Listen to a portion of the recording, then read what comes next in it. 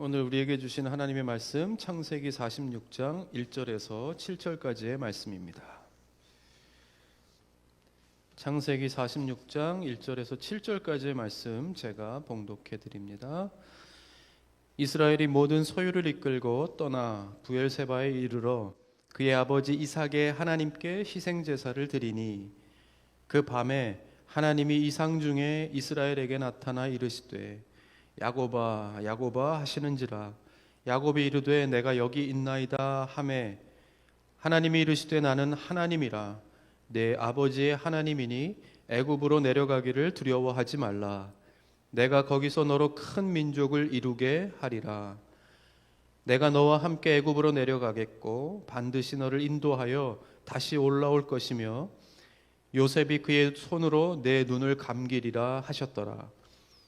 야곱이 부엘세바에서 떠날새 이스라엘의 아들들이 바로가 그를 태우려고 보낸 수레에 자기들의 아버지 야곱과 자기들의 처자들을 태우고 그들의 가축과 가나안 땅에서 얻은 재물을 이끌었으며 야곱과 그의 자손들이 다 함께 애굽으로 갔더라.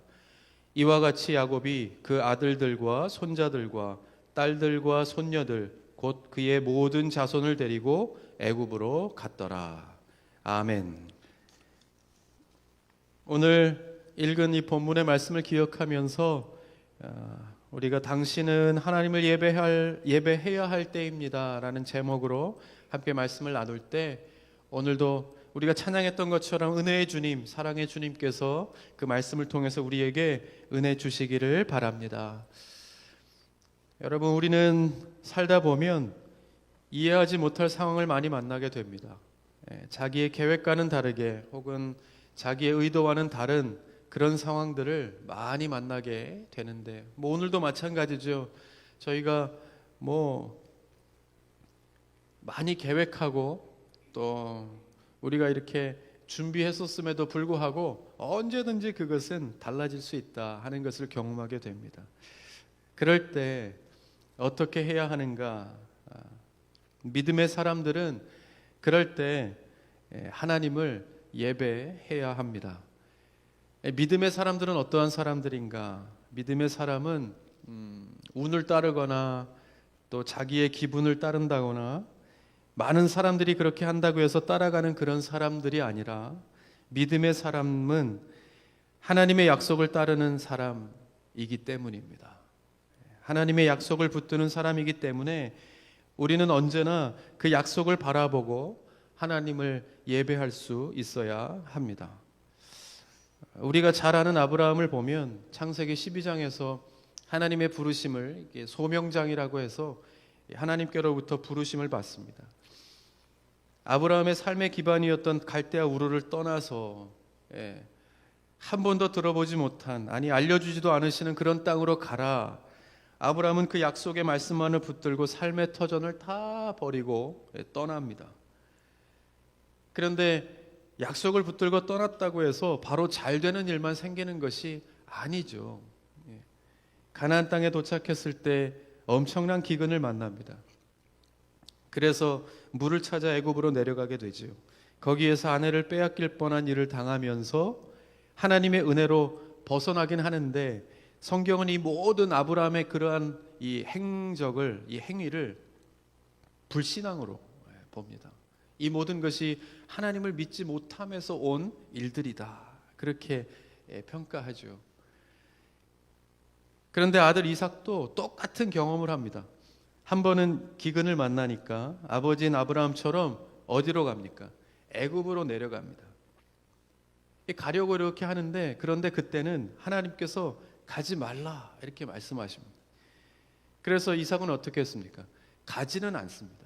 가지는 않지만 애굽에서 아주 가까운 블레셋 그랄 땅이라고 하는 이 국경 지역에 머무르게 됩니다. 그러니까 가만히 보면 가지는 않았지만 또 안 간 것도 아닙니다. 거기서도 똑같이 아내를 빼앗길 뻔하다가 구사일생으로 살아나면서 그러면 다시 돌아와야 하는데 거기 머물면서 어떻게 합니까? 우물을 파고 또 빼앗기고, 우물을 파서 또 빼앗기고, 결과적으로 하나님께서 도와주셔서 그래도 넓은 땅을 차지하고 승리하게 하십니다. 그래서 지시를 받고 다시 가나안으로 가라 하시는데, 이 가나안의 가장 밑바닥에 있는 땅인 브엘세바, 거기에서 하나님 앞에 맹세하게 되죠. 그래서 이 브엘세바가 이삭에게 있어서는 아주 역사적인 장소가 됩니다. 그러니까 아브라함과 이삭을 통해서 볼 때 공통적으로 말씀하시는 것이 무엇이겠습니까?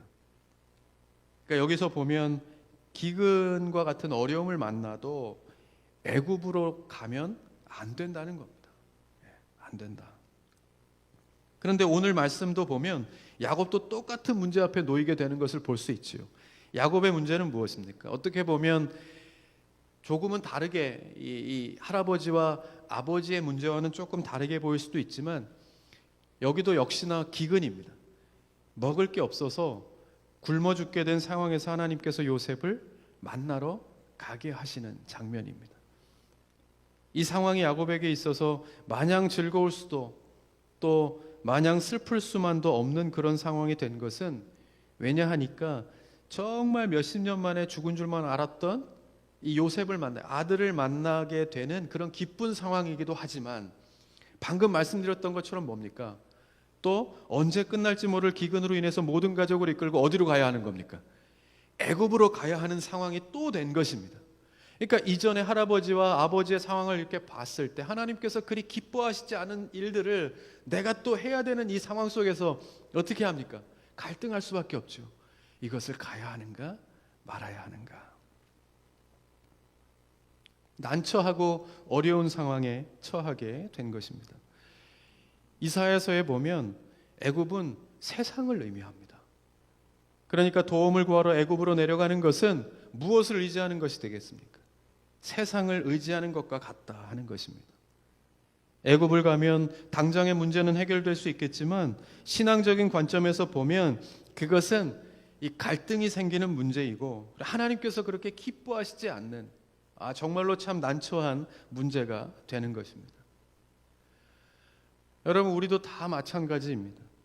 신앙인으로 살아가면서 문제를 해결한다고 할 때 세상적인 방법으로 하면 더 쉬울 때가 있고 더 잘 해결할 수 있을 때가 있지만, 그럼에도 불구하고 우리가 한 번 더 거치는 과정이 뭡니까?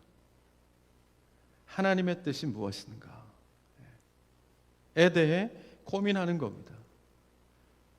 이것이 내가 지금 하나님을 의지하는 것인가, 세상을 의지하는 것인가, 우리는 한 번 더 우리에게 주어진 과정을 거쳐야 하는 겁니다. 내가 오늘 이렇게 무엇을 이렇게 하려고 할 때, 이것이 하나님께서 기뻐하시는 일인가, 아닌가. 주일에 교회를 내가 좀 몸은 피곤해서 가고 싶지 않지만 한 번 더 우리는 과정을 거치는 겁니다. 하나님의 뜻이 무엇인가 하는 것을 생각하면 그 답이 명확해지는 겁니다. 그래서 중요한 것은 이렇게 우리가 결정이 애매하고 어려운 상황을 만났을 때 우리는 어떻게 해야 하는가? 그 답은 분명합니다. 우리는 하나님 앞에 예배해야 하는 겁니다. 이렇게 우리도 살다 보면 결정이 어려울 때를 많이 만나게 되죠. 이것을 해야 하나 말아야 하나, 이쪽으로 가야 하나 저쪽으로 가야 하나 할 때 우리는 그럴 때 하나님 앞에 예배를 드려야 합니다. 오늘 야곱이 그것을 보여주는 겁니다. 야곱이 그런 난해하고 결정하기 어려운 상황에 맞닥뜨렸을 때 어떻게 합니까? 아버지인 이삭이 하나님을 만났던 그 장소인 브엘세바에서 하나님 앞에 예배를 드립니다. 결정이 힘들 때, 갈등이 생길 때 어떻게 해야 할지 모르는 그 상황에서 야곱이 우리로 하여금 어떻게 해야 한다는 것을 이 말씀을 통해 보여주고 있는 거죠. 본문 1절 말씀에 보면 이렇게 말씀합니다. 이스라엘이 모든 소유를 이끌고 떠나 브엘세바에 이르러 그의 아버지 이삭의 하나님께 희생 제사를 드리니. 2절에는 이어서 이렇게 말씀하죠. 그 밤에 하나님이 이상 중에 이스라엘에게 나타나 이르시되 야곱아 야곱아 하시는지라. 야곱이 이르되 내가 여기 있나이다. 아멘. 하나님께서 만나 주십니다. 누구를? 야곱을 만나 주시는데 그냥 만나 주신 게 아니라 1절에 보면 그의 아버지 이삭의 하나님께 희생 제사를 드리고 있는 야곱을 하나님께서 만나 주십니다.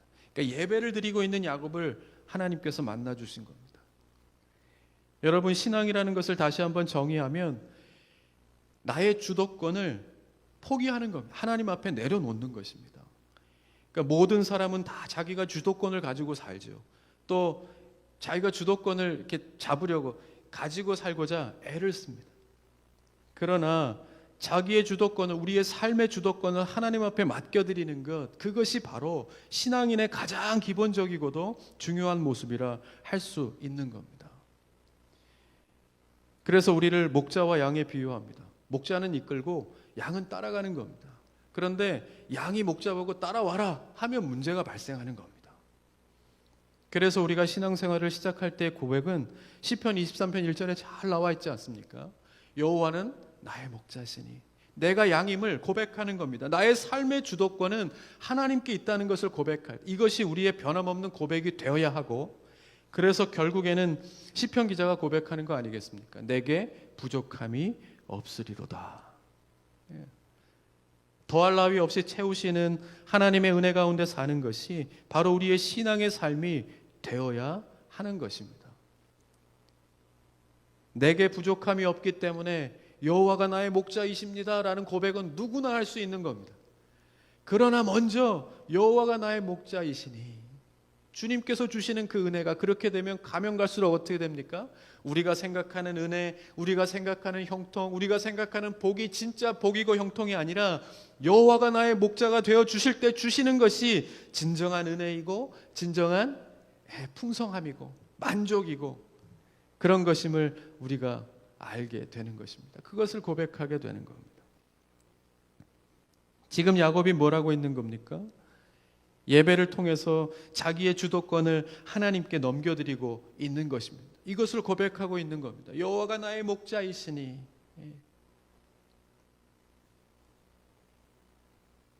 주님 나의 목자가 되어주십시오.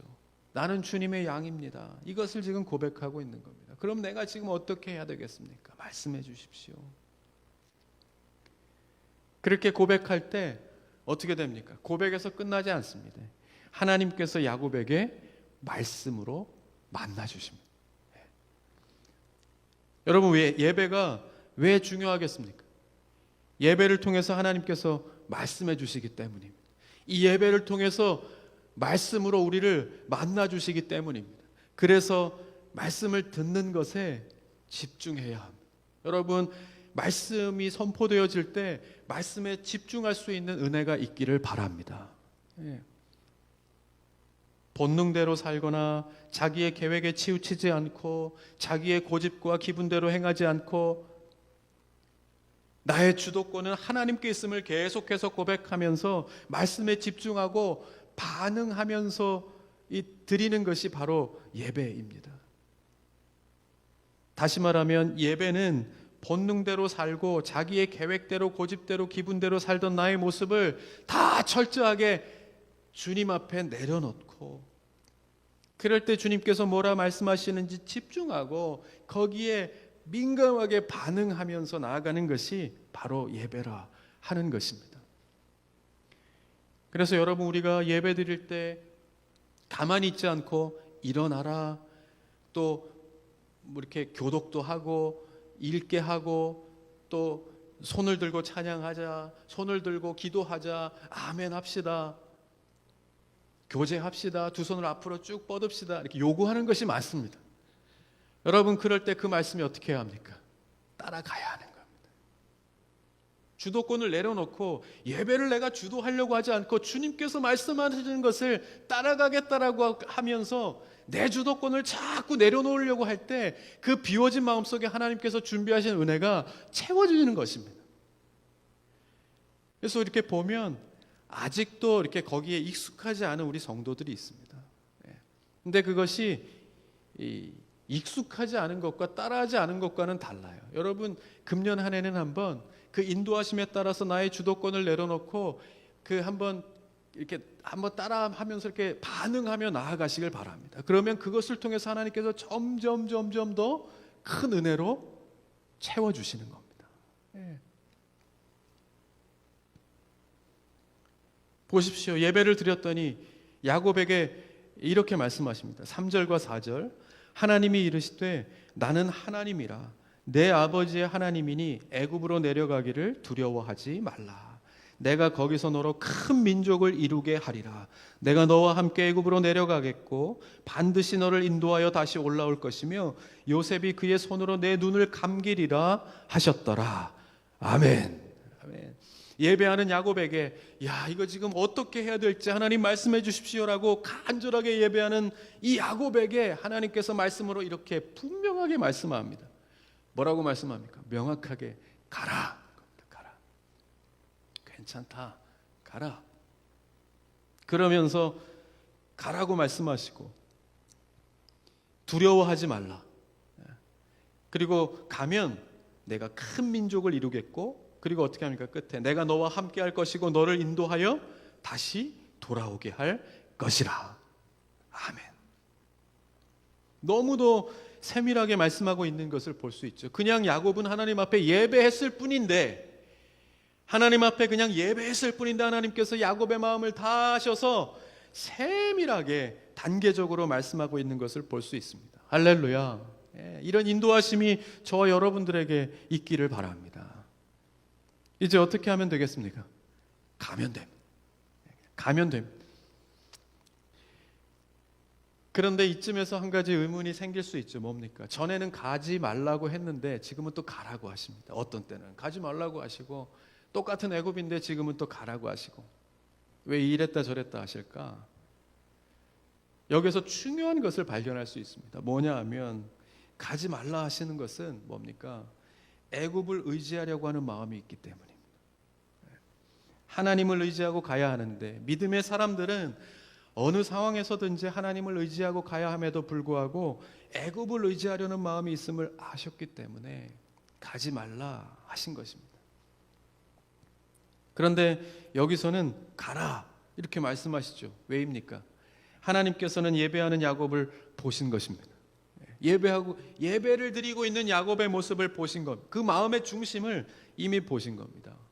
예배하는 야곱을 보니까 야곱이 얼마나 나를 의지하고 있구나 하는 것을 하나님께서 아셨기 때문에 다른 그전에는 야곱을 의지하는 대상, 애굽을 의지하는 대상으로 삼고 갔다고 하면 이제는 그것이 하나님을 의지하고 야곱이 가려고 하기 때문에 그 애굽이라는 대상이 이제는 더 이상 의지의 대상이 아니라 뭡니까?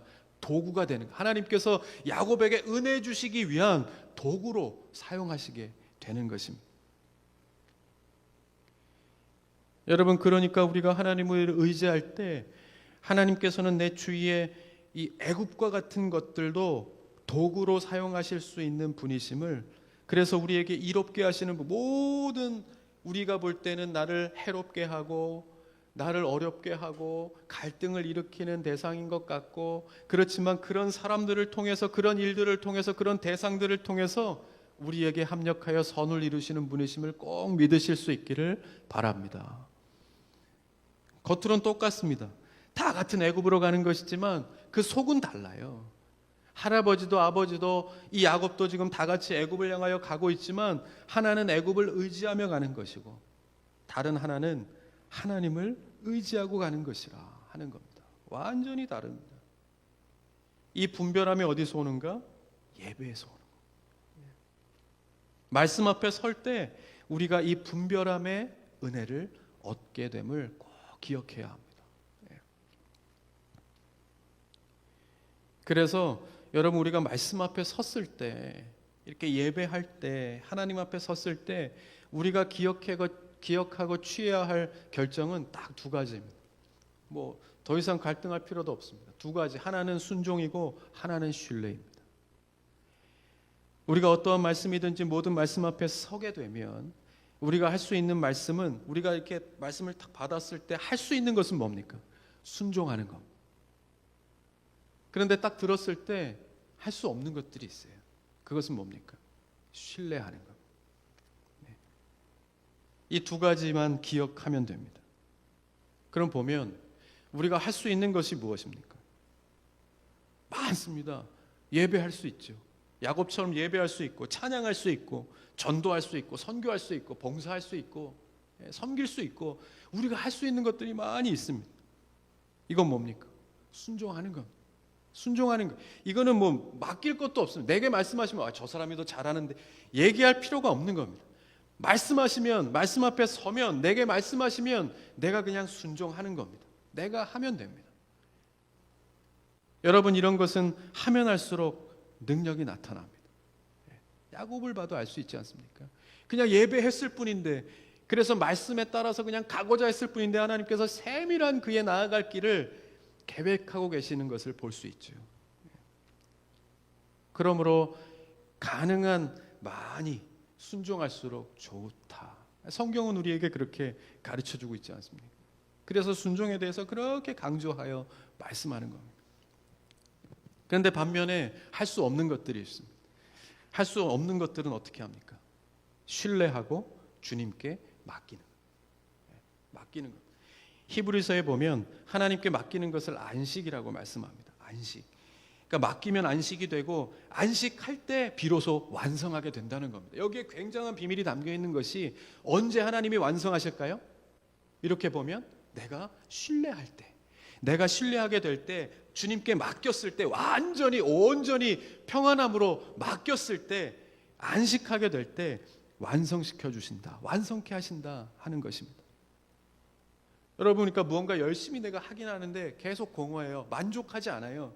그건 뭡니까? 신뢰하지 않고 주님께 맡기지 않기 때문에 그래요. 내 힘과 내 능력으로, 내가 가진 재능과 기술로 아무리 하려고 해도 만족함이 없습니다. 완성될 수가 없어요. 왜? 주님께 맡기지 않았기 때문에, 신뢰함이 없기 때문에 하나님께서 그 마음속에 온전한 충족을 주실 수가 없는 겁니다. 오직 주님께 맡길 때, 그때 내 마음속에 평안과 안식이 거하게 되고, 그래서 완성은 누가 하신다고요? 주님께서 해주시는 거예요. 완성케 해주시는 거예요.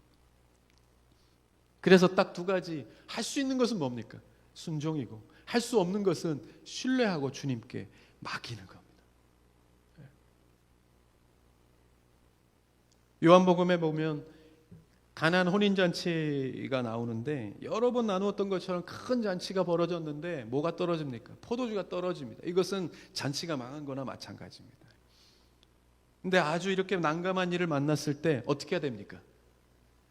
주님을 찾아가야 하는, 예배해야 되는 거죠. 그러니까 예수님의 어머니 마리아가 요한복음 2장 5절에 보면 이렇게 말씀합니다. 그의 어머니가 하인들에게 이르되 너희에게 무슨 말씀을 하시든지 그대로 하라 하니라. 주님께 맡기는 것. 아주 난감한 상황을 만났을 때 주님께 맡기는 것. 그래서 그대로 하라, 그대로 하라. 뭡니까? 순종하라는 겁니다. 예. 그러니까 거기에 보면 첫 번째는 주님께서 뭐라고 말씀하시는가 하면, 그냥 돌 항아리, 저기 보니까 돌 항아리가 있으니까 그냥 채우라 말씀합니다. 이거 뭡니까? 할 수 있습니까? 없습니까? 우리가 할 수 있는 겁니다. 그러면 채우면 됩니다. 그냥 물을 가져다가 얼마든지 채울 수 있습니다. 이것은 뭐 믿지 않아도 됩니다. 우린 종이니까, 우린 양이니까 목자가 말씀하시는 것에 따라서 그냥 채우면 되는 겁니다. 시키는 대로 순종하면 되는 거죠. 그 다음은 뭡니까? 채웠으니까 퍼서 나누어 주라, 갖다 주라고 말씀합니다. 잔치에 온 모든 사람들에게 그것을 가져다 주라. 아유, 저게 변했을까 안 했을까? 생각할 필요가 없는 겁니다. 이것은 뭐예요? 갖다 주는 것은 할 수 있습니까? 없어요? 할 수 있는 일이에요. 그러면 우리는 종이요 양이니까 그냥 주님 말씀하신 대로 퍼서 가져다 주면 되는 겁니다. 이것도 순종. 그러니까 몇 번 순종했어요? 순종하고 또 순종한 겁니다. 말씀하셨을 때 들으니까 내가 할 수 있는 일이거든요. 순종하고 순종하는 겁니다. 그리고 나면 어떻게 됩니까? 그 다음엔 뭐가 남았어요? 갖다 줬는데 그 물이 포도주로 변화되어야 하는 것만 남은 겁니다. 그건 할 수 있습니까? 없습니까? 할 수 없어요. 그거는 신뢰의 문제입니다. 그거는 주님이 하셔야 하는 일, 주님께 맡기는 겁니다. 순종하고 또 순종하려고 했는데 그 다음은 내 영역이 아닙니다. 주님께 맡겨드리는 겁니다. 그럴 때 어떻게 됐습니까? 주님께서 물이 포도주가 되게 하셔서 많은 사람들이 즐거워하고 먹고 마시고 잔치가 풍성해지고, 그래서 그 능력을 보고 하나님의 살아계심을 알게 되고 믿게 되었다. 할렐루야. 이렇게 말씀하시는 거예요. 이것이 신자의 삶이고, 이것이 성도의 삶이 되어야 하고, 이것이 교회에 몸담고 하나님을 예배하는 성도의 삶이 되어야 한다라고 말씀하고 계신 겁니다. 두 가지입니다. 우리가 해야 할 것은, 할 수 있는 것은 순종하며 할 수 없는 것은 주님께 맡기는 겁니다. 할 수 있는 데까지 순종하고 거듭할수록 어떻게 됩니까? 더 놀라운 신뢰의 열매를 맺게 된다 하는 것을 말씀합니다. 야고보서 5장 14절에도 이런 말씀이 있습니다. 너희 중에 병든 자가 있느냐? 그는 교회의 장로들을 청할 것이요 그들은 주의 이름으로 기름을 바르며 그를 위하여 기도할지니라. 아멘. 이렇게 할 때 기도는 뭡니까? 그러니까 사람들을, 그러니까 장로들을 불러다가, 여기 장로는 이 목회자를 이야기합니다. 목사를 불러다가 이 목사님을 청해서 집안에 이제 아픈 사람이 있고 병든 사람들이 있을 때 기도를 요청하라는 겁니다. 요청해라. 여러분 어려운 일이 있을 때 언제든지 요청하십시오. 목사는 그러라고 있는데 우리 성도들은 다 평안한 것 같아요. 다 평안한 것 같아요. 기도의 제목이 있으면 내놓으라는 거예요. 청하여 기도하라. 아픈 사람만 그렇겠습니까? 우리의 마음이 아프고 삶이 병들었을 때 목사를 청하여 기도를 요청하라는 겁니다. 얼마든지 할 수 있죠. 순종하는 겁니다. 기도를 부탁하는 겁니다. 이렇게 철저히 순종의 사명을 잘 감당하고 나서 그 다음은 뭐예요? 기름을 바르며 그를 위하여 기도할지니라. 그리고 나서 그 다음 단계는 뭡니까? 봅시다. 15절. 믿음의 기도는 병든 자를 구원하리니 주께서 그를 일으키시리라. 아멘. 기도 요청하여 불러다가 기도를 요청하는 것은 순종하는 겁니다. 그 다음 낫게 하시는 것은 뭐예요? 주께서 그를 일으키시리라. 주님의 영역이라는 것을 말씀하고 있는 거예요. 주님께 맡기는 겁니다. 그 다음에 살게 하시고 건져주시는 분은 하나님이시라 하는 말씀이죠. 하나님께서 하시는 일입니다. 그러므로 우리는 우리가 해야 할 일들과 하나님께서 하시는 일을 명확하게 구분해야 하는 것입니다. 야곱은 분명했습니다. 예배를 통해 분명한 하나님의 말씀을 들은 겁니다. 그래서 그 말씀에 순종하여 갑니다. 그것도 성경에 보면 수레를 타고 갑니다. 아버지를 모시기 위하여 요셉이 보내준 그 수레에 다 처자들을 다 태우고 야곱이 나이가 들었으니까 타고 갑니다. 가기 싫으면 어떻게 합니까? 타지 않고 미적미적 갈 텐데 수레를 타고 미끄러지듯이 갑니다. 왜요? 하나님께서 가라 하셨으니까. 이제는 머뭇할 필요가 없습니다. 빨리 가는 거죠. 순종의 모습이 이와 같다는 겁니다. 하나님의 말씀 앞에 순종하기로 한 이상 즐겁고 기쁘게 그 일을 끝까지 감당해야 하는 거. 감당하는 거. 그 다음으로 보면 약속하신 것이 큰 민족을 이루게 해주시겠다. 반드시 돌아오게 해주겠다. 우리는 성경을 봐서 한 400년 후에 다시 돌아오게 되는 것을 우리는 알죠. 이것은 이때는 어떻습니까? 야곱이 해야 되는 일은 아닙니다. 야곱은 그냥 가는 겁니다. 가면 앞으로 이렇게 해주시겠다 하는 약속은 무슨 영역이에요? 신뢰의 영역입니다. 하나님 앞에 맡기는 겁니다. 큰 민족을 이루어 다시 안전하게 고향 땅으로 돌아오게 해주시겠다 하는 것은 야곱은 이제 그 약속을 믿고 가는 겁니다. 이 야곱이 하는 일들은 아닙니다. 4절을 다시 한번 보겠습니다. 내가 너와 함께 애굽으로 내려가겠고 하는 이 부분까지가 순종하는 거예요. 순종. 그 다음은 반드시 너를 인도하여 다시 올라올 것이며 요셉이 그의 손으로 내 눈을 감기리라 하셨더라. 아멘. 이 부분이 뭡니까? 이 부분은 하나님 앞에 맡기는 부분입니다. 야곱이 할 수 없는 부분입니다. 그것을 명확하게 야곱이 알고 이제 나머지는 하나님 앞에 맡기고 가고 있는 모습을 볼 수 있는 겁니다. 이렇게 보면 여러분 뒤에 약속하신 부분들은 우리에게 약속하시는 이 번성의 약속입니다. 축복의 약속. 순종하면 이렇게 해주시겠다라고 하는 하나님의 약속은 뭡니까? 축복의 약속입니다. 축복의 약속. 그래서 이것을 얻으려면 어떻게 합니까? 반드시 순종의 과정이 필요하다는 것을 알 수 있습니다. 순종해야만 성장이 있습니다. 또 순종과 신뢰의 관계는 반비례합니다. 그러니까 즉 내 순종의 영역이 커지면 신뢰의 영역은 점점 작아집니다. 반대로 순종의 영역이 작으면 이렇게 작을수록 신뢰의 영역은 더 커집니다. 무슨 말인가 하면 가나안 땅에 들어간다는 것이요. 지금 이 야곱의 이스라엘 백성들에게 있어서 가나안 땅에 들어간다는 것이 지금은 가나안 땅에 들어가지 않았으니까 뭡니까? 신뢰의 영역입니다. 아직 이루어지지 않은 약속의 부분입니다. 우리는 그냥 가라 하니까 광야이지만 가고 있는 겁니다. 그런데 이 가서 가나안 땅에 들어가게 되면 어떻게 되는 겁니까? 그것은 이미 신뢰 영역이 아닙니다. 이루어 주신 것이지요. 받은 겁니다. 그럼 그것은 뭐예요? 순종의 영역이 되는 겁니다. 그리고 그 다음의 신뢰 영역을 향하여 자꾸 나아가는 겁니다. 그래서 순종하다 보면 순종의 영역이 자꾸 커지는 겁니다. 무슨 말씀인지 이해하시겠습니까? 영상을 통해 보시는 분들도 이해하시겠죠? 하나님께서 약속하시는 부분을 하나하나 이루어 가는 겁니다. 그렇게 하다 보면 약속의 부분들이 점점 작아지겠죠. 어떻게 보면 또 다른 약속들이 계속 생겨나면서 더 지경이 넓혀지겠죠. 그것이 성경의 원리인 겁니다. 그러면 내가 순종하면 순종할수록 열매들은 점점 많아지고 풍성해지고 이제는 은혜가 더 이상 특별한 은혜가 아닌 겁니다. 특별한 은혜를 주십시오. 내가 이 신앙, 이 믿음이 작을 때는 막 그렇게 했는데 하다 보면 어떻게 됩니까? 그냥 일상이 은혜인 겁니다. 일상이 은혜인 거예요. 왜요? 신뢰형이 자꾸 순종하며 나는 그냥 순종하며 예배하며 갔을 뿐인데 내 이 순종의 영역이 자꾸 넓어지는 겁니다. 지경이 넓혀지는 겁니다.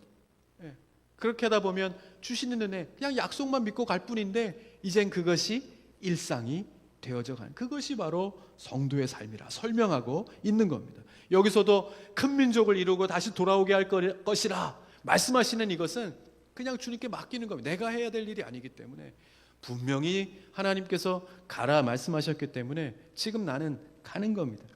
그 다음의 것은 주님께 맡기는 겁니다.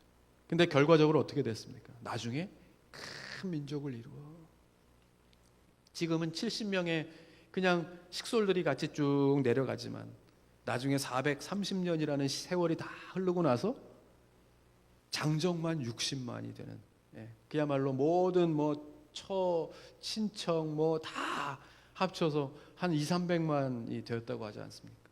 큰 민족을 이루어 다시 고향으로 돌아오게 됩니다. 이렇게 성장해 가는 것. 그래서 순종함에 성도들에게 약속하시는 하나님의 약속은 축복입니다. 순종하면 번성할 것이라, 번영할 것이라. 우리의 삶이 다 마찬가지입니다. 우리가 세우는 계획, 꿈, 비전 다 있죠. 다 좋다는 겁니다. 그러나 이러한 믿음의 관점에서 보면 그것은 다 무슨 영역입니까? 순종의 영역이 아닙니다. 신뢰의 영역입니다. 여러분들이 가지고 있는 계획, 내일의 계획, 모레의 계획, 내년의 계획, 다음 달의 계획, 꿈, 비전 이루어졌으면 좋겠다는 모든 것들은 다 나의 영역이 아니라 하나님의 영역이에요. 그러므로 하나님께 맡기고 기도하는 것이 맞는 겁니다. 그러므로 예배의 자리를 귀하게 여기고 예배의 자리에 나와서 눈물을 쏟으면서 하나님 앞에 두 손으로 맡겨 드리는 것이 맞는 것이요. 주님 앞에 두 손을 높이 들고 우리 한번 주님을 외치고 기도합시다 할 때 제가 외치는 것보다 더 간절하고 더 크게 그렇게 외치면서 나가야 될 일들이 저보다 여러분들이 더 많을걸요? 더 많으실 겁니다.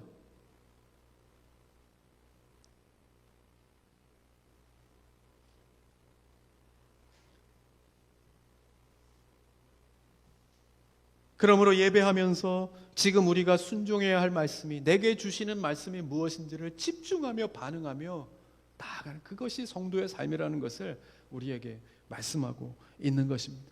제가 전에도 몇 번 얘기했지만 그렇게 간절하게 부르짖고 막 외치고 가난하고 내가 그러니까 이 복권에 좀 당첨되게 해달라고 했던 사람에게 하나님께서 너무 간절하게 기도하니까 막 금식하면서 기도하고 하니까 하나님이 말씀하셨다는 거 아닙니까? 나타나셔서 야, 정말 너의 기도는 너무 간절하다. 그런데 내가 부탁을 하나 하겠는데 복권은 좀 사고 기도해라. 그래야 내가 어떻게 해서든지 좀 맞게 해줄 거 아니냐 했다는 그런 이야기가 있지 않습니까? 우리는 순종의 과정을 통해서 신뢰의 과정, 열매의 과정으로 나아가는 거예요. 나아가는 거예요. 세례 요한이 나타나서 사람들에게 물로 세례를 주고 회개하라. 하나님의 나라가 가까이 왔다. 이렇게 외치니까 많은 사람들이 이 사람이 메시아인가 생각하면서 나아오죠. 그때 세례 요한이 이렇게 말합니다. 그가 전파하여 가로되 나보다 능력 많으신 이가 내 뒤에 오시나니 나는 굽혀 그의 신들매를 풀기도 감당치 못하겠노라. 나는 너희에게 물로 세례를 주었거니와 그는 성령으로 너희에게 세례를 주시리라. 아멘. 세례 요한이 지금 하는 일들은 순종의 일들입니다. 나는 그저 그가 오실 길을 예비하는 겁니다. 그냥 예비하라 하는 말씀을 받았기 때문에 나와서 물로 세례를 주면서 그 길을 예비하는 것뿐입니다. 그리고 외칩니다. 회개하라. 이 하나님의 나라가 가까이 왔다. 복음을 외치는 일들은 순종하는 겁니다. 세례 요한이 잘 알고 있었던 겁니다. 근데 그 다음은 이제 그 다음에 오실 네가 너희에게 성령으로 세례를 줄 것이라. 그분이 오실 것이라 하는 건 뭡니까? 신뢰하는 거예요. 주님이 하셔야 되는 일들입니다. 세례 요한은 자기가 해야 될 다 거기까지만 자기의 역할, 자기의 사명을 감당한 그 일들을 통해서 하나님께서 놀라운 구원의 역사를 이루어 가시지 않습니까? 교회는 그런 곳입니다.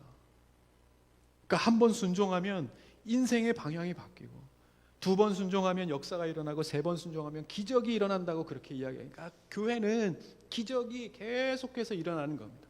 우리가 초창기 1년 동안에 너무나 많은, 우리 오늘 이렇게 보여드리려고 했던 교회 영상, 그동안에 한 4년째, 횟수로 4년의 이 발자취를 쭉 정리해갖고 그것을 한번 이렇게 만들어 주셨는데, 그것을 이렇게 오늘 보려고 했는데요. 그걸 보니까 정말 1년 안에 너무나도 많은 은혜를 주셨더라고요. 정말 한 주 한 주 그렇게 기적의 역사의 한 주 한 주를 우리가 지내왔다는 것을 볼 수 있었습니다. 그러니까 3번만 순종하면 점점 그 영역이 넓어져서 정말 믿음의 지경을 감당하지 못하게 되는 거예요. 감당하지 못하게 됩니다. 이 교회는 그런 것이 되어야 한다는 것을 말씀하고 있는 것이죠. 그렇게 하다 보면 어떻게 됩니까? 아까도 이야기했던 것처럼 더 이상 은혜가 특별한 은혜라는 것이 없는 겁니다. 그냥 우리가 일상이 은혜가 되는 겁니다. 내가 하나님 앞에 예배하고 말씀에 그냥 순종하며 갔을 뿐인데, 순종하다 보면 내 삶에 물이 포도주로 바뀌어지는 변화를 매일매일 경험하며 사는 것입니다. 그것이 성도의 삶이라 말씀하고 있는 거예요. 할 수 있는 것은 순종하십니다. 할 수 없는 것은 주님께 맡기는 것입니다. 이것이 성도의 삶입니다.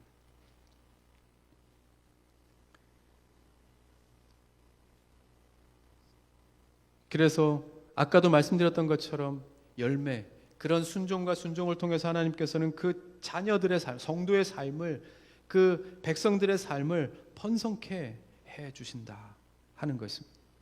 70명의 사람들이 내려갔지만 결국에는 200~300만 명이 되어서 하나님 앞에 순종했더니 하나님께서 엄청난 번성의 약속을 주셨다 하는 이 말씀을 통해서 우리에게 증거해 주고 있는 것. 우리도 다 마찬가지.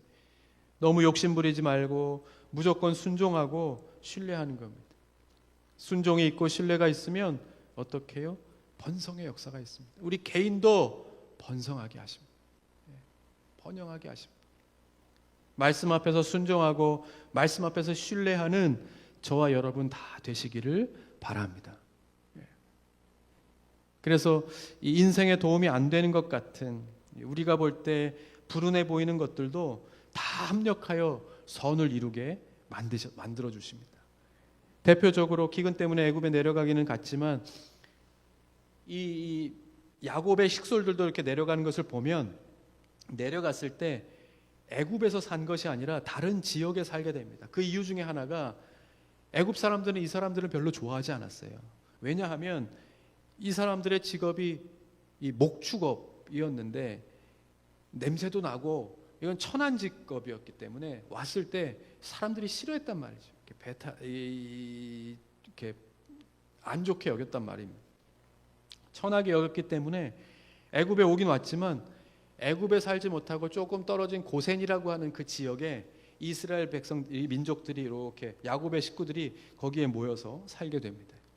그런데 기가 막히게 그렇게 이 이렇게 천하게 여겨지고 싫어함을 당하고 그렇게 했던 그것이 430년이라고 하는 기간을 지나고 나면 그것이 오히려 유익이었다는 것을 알게 되는 겁니다. 왜냐하면 애굽 안에 살지 않고 다른 곳에 떨어져 살았기 때문에, 그것도 많은 사람들도 아니고 처음에는 70명의 사람들이었기 때문에 얼마나 많은 유혹을 받고 또 금방 동화될 수 있었겠습니까? 그런데 다른 지역에 살았기 때문에 그들의 문화와도 그들의 종교와도 그 어떤 생활 습관과도 이렇게 동화되지 않고 오랜 기간을 하나님의 민족으로 살아갈 수 있는 그런 기회가 될 수 있었다 하는 겁니다. 여러분, 히브리인이라고 하는데 히브리인이라는 것도 이렇게 좀 천하게 여김을 당하는 의미가 담겨 있는 그런 말입니다. 그리고 사실 그리스도인 뭐 이렇게 불렀다는 것도 이렇게 요즘으로 따지면 이렇게 뭐 예수쟁이들 뭐 이렇게 불러지는 그런 좀 안 좋은 의미로 처음에 불려진 거 아니겠습니까? 근데 그것이 지나면서 어떻게 됩니까? 그 이름을 통해서 훨씬 더 영광스러운 의미가 드러나게 되는 것처럼. 그 이유가 뭡니까? 은혜가 임하니까. 은혜가 임하니까 그 천했던 이름, 무의미했던 그 이름들도 다 그 안에서 빛을 발하는 이름이 되게 되어진 겁니다. 여러분, 다 마찬가지입니다. 우리가 원하는 일들만 생기는 것이 아니죠. 다 누가 안 좋은 일, 뭐 불행한 일을 우리가 뭐 원해서 그렇게 당하는 사람이 누가 있겠습니까? 내가 하나님을 믿는데, 기도했는데 왜 이런 일들이 나에게 벌어지는 것인가? 그렇지 않죠. 하나님은 어떤 분이십니까? 처음부터 다시 시작해야 합니다. 그런 마음이, 그런 질문이 내 안에 있을 때는 처음으로 다시 돌아가서 다시 시작해야 합니다. 그런 일들을 통해서 합력하여 선을 이루시는 분이 바로 내가 믿는 하나님이심을 다시 기억해야 하는 겁니다. 우리는 순종하고 또 때로는 도저히 이해가 가지 않는 문제 앞에서 눈을 딱 감고 입술을 꽉 깨물고 어떻게 하는 겁니까? 주님께 맡기는 것. 그렇게 하면서 우리에게 주어진 인생의 주인 되신, 목자 되신 주님을 바라보면서 우리는 한 걸음 한 걸음 나아갈 뿐이에요. 그러면 그 모든 것을 합력하여 선을 이루시는 분이 하나님이시라 하는 것을 말씀하고 계신 겁니다. 순종하고 신뢰하다 보면 더 좋은 것으로, 아름다운 것으로, 값진 것으로 주시는 주님의 은혜를 경험하게 되는 것입니다. 그런 삶을 사는 저와 여러분 다 되실 수 있기를 바랍니다. 결론을 맺지요. 성경에서 말씀하는 것은 이것입니다. 무시당하고 천대를 당하고 업신여김을 당하고 풍랑을 만나고 죽을 것 같은 일들을 만났을 때 그 모든 것이 다 우리의 유익이 된다는 사실을 기억하는 겁니다. 과정 속에 있다. 하나님께서 나를 번성케 하시기 위한 과정 가운데 있다는 그 믿음을 우리는 놓지 말아야 하는 겁니다. 당시에는 잘 이해가 가지 않지만 결과적으로 그게 유익이 되고 우리를 살리고 더 나은 결과로 나아가게 하는 것이 될 것이라 하는 믿음의 고백이 저와 여러분들의 입술을 통하여 떠나지 않는 고백이 되어야 하는 겁니다. 출애굽할 때 보세요. 바로가 막 이스라엘 민족을 학대하기 시작합니다. 막 벽돌을 찍어내 갖고 하루에 그 쌓는 양을 더 막 늘리면서 점점점 430년이나 살았으면 같은 민족이 되지 않았겠습니까? 그죠? 그럼에도 불구하고 이제는 그냥 익숙해진 겁니다. 종과 노예로 사는 것이 우리는 그냥 그런 것이 태어나면서 노예가 되는 거예요. 태어나면서 종이 되는 거예요. 태어나면서 노역을 하는 겁니다. 자연스럽게 그것이 그냥 삶이 되어지고 습관이 되어지고 습성이 되어진 것인데 점점 가면 갈수록 학대가 심해지고 업신여김을 당하게 되는 겁니다. 그런데 보세요. 그렇지 않았으면 이스라엘 백성들이 떠날 생각을 했겠는가? 10년, 20년을 외국에 나가서 살아도 돌아오기 힘들고, 보세요. 나 참, 적응이 안 돼. 막 이런 사람들도 보면, 너 몇 년 살았어? 그러면, 나 한 3년 갔다 왔어. 막 그러지 않습니까? 몇 년, 한 몇십 년 살다가 와도 돌아오기 힘들고 적응이 어려운데, 430년을 백성들이 거기에 가서 야곱이 70명을 데려가서 거기서 낳고 나서 430년을 거기서 살았다고 하는데, 말씀드린 것처럼 태어나면 노예고 태어나면 그냥 노역을 나가야 되는 그러한 삶 속에서 400년이 넘도록 살았는데 떠날 생각을 했겠냐는 거예요. 그냥 내 삶이 이렇게, 내 팔자가 그렇겠거니 그러고 살았을 거란 말이죠. 그런데 학대하니까, 막 때리니까, 어려우니까, 그러니까 그냥 그동안에 내가 여기가 고향이겠거니, 우리의 팔자가 그렇겠거니 생각했던 그 마음들이 바뀌기 시작하는 거예요. 하나님께서 가라 하시는 곳으로 가볼까 하는 생각이 드는 겁니다. 그런데 어떻게, 우리가 볼 때는 다르죠. 당연히 떠나야 되는 자리 아닙니까? 이스라엘 백성들이 잊지 말아야 할 곳에 와서 너무 오랜 기간 있었다는 것을 우리는 알아요. 하나님 보시기에도 그래요. 근데 그 안에 있으면 몰라요. 그것을 깨닫게 되는 겁니다. 오래도록 머물지 말아야 하는 곳인데 결국에 예상치 못했던 그 어려움이 이들로 하여금 하나님의 음성을 듣게 되는 계기가 되는 겁니다. 탕자도 마찬가지죠. 탕자가 집을 나갔고 뭘 먹었다고 합니까? 돼지밥을, 너무 배고프니까 돼지밥을 밥으로 배를 채웠다고 하는데, 나중에는 성경에 보면 이 돼지밥조차 주지 않는 쥐염 열매인가요? 그것조차도 사람들이 주지 않더라, 그렇게 말합니다. 주지 않더라. 슬프죠. 막 슬픈 음악이 나오면서 얼마나 돼지 밥이라도 좀 주지. 하나님께서 마지막 끈까지 끊어버리실 때가 있습니다. 그러면 생각하죠. 야, 너무하다. 아니 그 돼지밥이라도 좀 주면서 어떻게 설득해보든지 이해를 시키든지 하면 되지. 그것도 끊으시나? 야, 매정하다 생각할 수 있지만, 여러분 보십시오. 먹을 게 있었으면 돌아왔겠습니까? 탕자가 돼지밥을 먹으면서 배부르다 하면서 만족하며 사는 것이 사람일진데 돌아올 생각 전혀 안 했을 거예요. 그거 먹으면서 감사하다고 생각하면서 그 자리에 계속 머물러 있었을 거라고요. 근데 하나님께서 그것을 끊어버리시는 겁니다. 돼지밥조차, 그건 맨날 나오는 건데 그게 왜 없어졌겠습니까? 그 돼지밥조차 끊으시면서 탕자로 하여금 돌아가야 될 아버지의 땅을 생각할 수 있는 은혜를 주신 겁니다. 주시는 겁니다. 왜냐하면 이 아들은 돌아와야 되는 것이, 그 자리는 그 아들의 자리가 아니기 때문입니다. 우리 이 시간 같이 기도하겠습니다. 같이 기도할 때 이 아들처럼 돌이키는 은혜가 있어야, 돌아와야 하는 겁니다. 돌아와야 사는 겁니다. 여기서의 살 때 여러분, 말씀을 통해서 선포되어지고 성경을 통해서 우리에게 주시는 말씀은 말씀 그 안에 담겨져 있는 하나님의 마음을 우리가 발견해요. 그렇기 때문에 예배에 더 집중하고 우리가 더 간절한 마음으로 예배를 드리고 더 하나님 앞에 민감하게 반응하며 나아가야 하는 이유가 거기에 있는 겁니다. 우리가 평소 때처럼 똑같이 앉아서 등을 등받이에 딱 기대고 그냥 여러 가지로 신경 쓰면서 하나님 앞에 예배한다고 그 담겨져 있는 말씀은 내가 다 들을 수 있어, 무슨 말인지 다 알아, 난 다 알아 하는 것이 나로 하여금 하나님께로 돌이키는 은혜가 아니라는 사실을 깨닫기를 하나님께서 말씀하시는 겁니다. 다 끊으십니다. 다 끊으면서 그때로부터 다시 하나님께서 일으키시고 세워가시는 것을 보시지 않습니까? 그때 우리는 하나님 앞에 돌아와야 하는 때라는 것을 알아야 하는, 아직 멀었습니다. 여러분, 갈 길이 아직도 먼데 우리는 너무도 쉽게 불순종하고 불신합니다. 아니라고 이야기하지만 너무 가득 차 있습니다. 우리는 아직도 하나님을 믿지 못하고 우리는 아직도 겸손하다라고 이야기하면서 너무 많은 교만의 모습들이 있습니다. 여러분, 우리가 그것을 내려놓지 않으면 우리의 이것이 주식이라고 생각하는 돼지밥을 다 끊으시는 겁니다. 하나님께서는 합력하여 선을 이루셔야 하기에 그래서 하나님의 뜻을 우리를 통해서 이루어 가시고 또 무엇보다도 우리를 사랑하셔서 순종에 거듭하며 나아가면서 더 큰 번영의 열매들을 맺게 하시길 원하시기 때문에 우리를 그렇게 이끌어 가시는 것입니다. 여러분, 그럴 때 우리는요 순종하고 또 순종하는 겁니다. 예배하는 자리에 서서 주시는 말씀에 귀 기울이는 것입니다.